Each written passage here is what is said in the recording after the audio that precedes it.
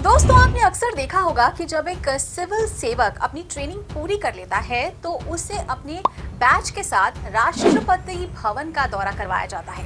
इतना ही नहीं, उन सभी को राष्ट्रपति के साथ मीटिंग करने का मौका भी मिलता है और राष्ट्रपति उन सभी को संबोधित भी करते हैं। लेकिन क्या आपने कभी सोचा है कि आखिर ऐसा क्यों होता है? आखिर क्यों राष्ट्रपति, जो पूरे देश का मुखिया होता है, सिविल सर्वेंट्स के अलग अलग सेवाओं के नए रिक्रूट्स को एड्रेस क्यों करता है?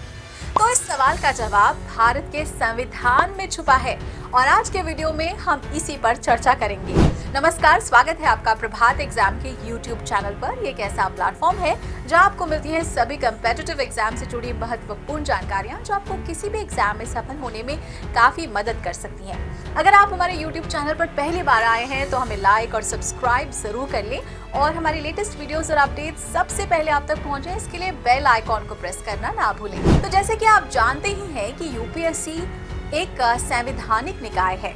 इसका मतलब ये हुआ कि इसके सभी सदस्य और उनकी शक्तियां संविधान द्वारा ही निर्धारित होती हैं। अब जो भी एक नए सिविल सेवक रिक्रूट होते हैं वो भारत के संविधान की शपथ लेते हैं और उन्हें ये शपथ भारत के राष्ट्रपति दिलवाते हैं। और यहीं से समझने की कोशिश करेंगे कि आखिर एक सिविल सर्वेंट को राष्ट्रपति से क्या लेना देना। मतलब एक सिविल सर्वेंट एक जिले या हद से हद एक मंत्रालय के लिए जिम्मेदार होता है और अपने पूरे कार्यकाल में वो राष्ट्रपति को कभी मिलता ही नहीं। तो आखिर उसका और देश के राष्ट्रपति का क्या संबंध हुआ?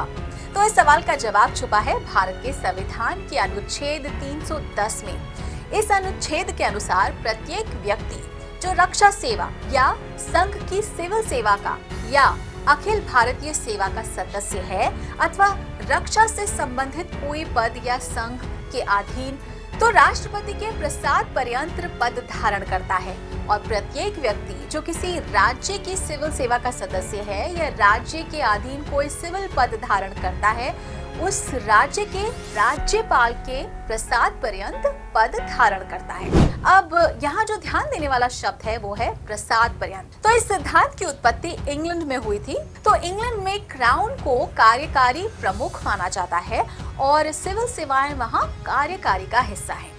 तो प्रसाद पर्यंत के सिद्धांत का अर्थ है कि क्राउन के पास किसी भी समय एक सिविल सेवक की सेवाओं को समाप्त करने की शक्ति है जब वे ऐसा कोई बिना नोटिस दिए करना चाहते हैं। तो इस प्रकार सिविल सेवक क्राउन की प्रसाद पर्यंत में काम करते हैं जो उन्हें किसी भी समय हटा सकता है।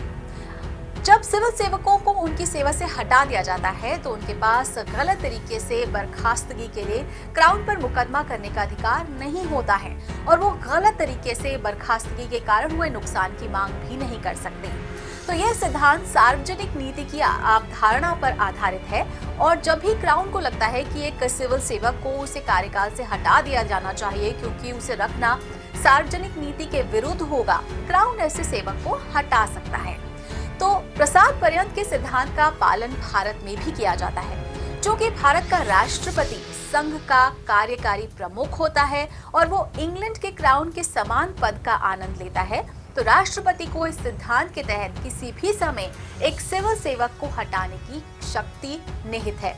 जबकि इस सिद्धांत को भारत में अपनाया गया है, इसे उसी तरह से अंधाधुंध तरीके से कॉपी नहीं किया गया है। अनुच्छेद 310 के अनुसार संविधान द्वारा प्रदान किए गए प्रावधानों को छोड़कर संघ का एक सिविल सेवक राष्ट्रपति के प्रसाद पर्यंत पर काम करता है और एक राज्य के तहत एक सिविल सेवक उस राज्य के राज्यपाल के प्रसाद पर्यंत पर काम करता है। इसका तात्पर्य है कि प्रसाद पर्यंत के सिद्धांत के संचालन को संवैधानिक प्रावधानों द्वारा सीमित किया जा सकता है।